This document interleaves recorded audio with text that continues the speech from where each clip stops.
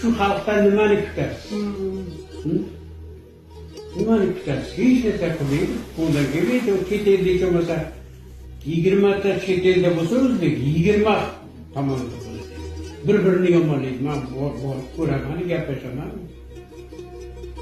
Bir-birini yomonlaydi. Hatto chet elda bular ahil emas. Chet elda musofir yurtida ahil emas.